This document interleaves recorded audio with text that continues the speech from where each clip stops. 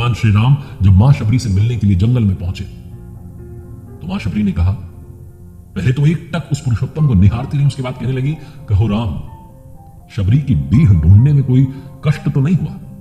भगवान श्री राम ने कहा कि मां, मुझे तो आना ही था, इस कष्ट का क्या मोल? तो मां शबरी कहने लगी, जानते हो राम, मैं नहीं जानती थी कि तुम कौन हो, कहां से आओगे। तुम्हारे जन्म से पहले से ही मुझे मालूम था कि मुझसे मिलने के लिए कोई पुरुषोत्तम इस जंगल में अवश्य आएगा। भगवान श्री राम ने कहा, तभी तो मां, आपकी प्रतीक्षा का अंत करने के लिए मैं चला आया। राम के जन्म से पहले ही यह तय हो चुका था कि राम को शबरी के आश्रम में अवश्य जाना है। मां शबरी कहने लगी कि जानते हो प्रभु, भक्ति के दो भाव होते हैं, पहला मरकट भाव और दूसरा मार्जार भाव। बंदर का बच्चा अपनी मां के पेट को पकड़ करके रहता है पूरी शक्ति के साथ, उसे भरोसा होता है कि मां गिरने नहीं देगी। भक्त का भी यही भरोसा होता है, भगवान को पकड़े रहता है कि भगवान मुझे संभाल लेंगे। लेकिन मैंने यह भाव नहीं अपनाया। मैं तो उस बिल्ली के बच्चे की तरह थी जो निश्चिंत था कि मेरी मां मुझे संभाल लेगी। उसकी मां उसे मुंह में लेकर इधर से उधर जहां पहुंचाना होता है पहुंचा देती है। मैं उसकी तरह निश्चिंत थी कि मेरे राम को तो आना ही होगा।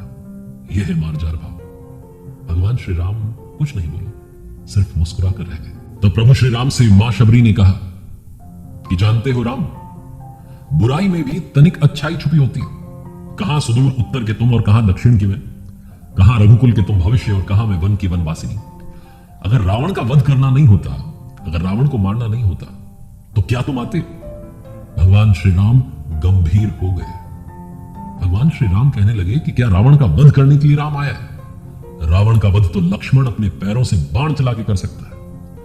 राम तो आया है अपनी मां से मिलने, ताकि इस भारत राष्ट्र के इतिहास की जब बात हो तो याद रखे जनता कि इस राष्ट्र का निर्माण क्षत्रिय राम और उसकी वनवासिनी मां ने मिलकर के किया है। जब कोई भारत की परंपराओं पर उंगली उठाए तो काल उसका गला पकड़ के कहे कि नहीं, ये एकमात्र दुनिया की ऐसी सभ्यता है जहां एक राजपुत्र वन में प्रतीक्षा करती एक दरिद्र वनवासिनी से भेंट करने के लिए 14 वर्ष का वनवास स्वीकार कर लेता है। मां, राम वन में बस इसलिए आया है ताकि जब युगों का इतिहास लिखा जाए तो उसमें यह अंकित हो कि शासन, प्रशासन, सत्ता जब पैदल चल करके समाज के अंतिम व्यक्ति तक पहुंचती है तभी वो राम राज्य कहलाता है।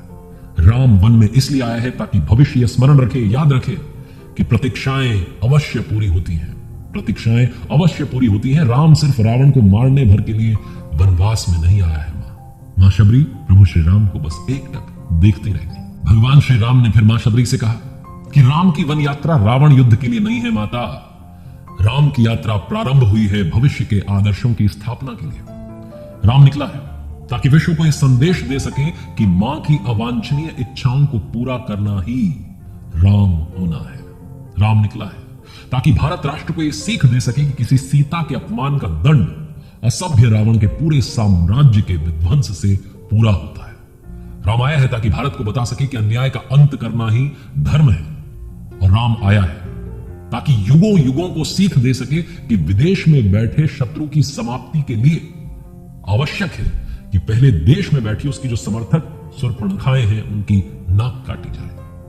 राम आया है ताकि युगों युगों को बता सके कि रावणों से युद्ध केवल राम की शक्ति से नहीं बल्कि जंगल में बैठी, वन में बैठी मां शबरी के आशीर्वाद से जीते जाते हैं। मां शबरी की आंखों में जल भर आया था, पानी भर आया था, आंखें नम हो चुकी थी। मां शबरी ने बात बदल करके कहा कि बेर खाओगे राम? प्रभु श्री राम मुस्कुराए, कहने लगे बिना खाए जाऊंगा भी नहीं मां। मां शबरी अपनी कुटिया में गई और झोली में बेर लेकर के आ गई और प्रभु के सामने रख दिए। प्रभु श्री राम और उनके भ्राता लक्ष्मण बेर खाने लगे। मां शबरी ने कहा कि बेर मीठे तो है ना प्रभु?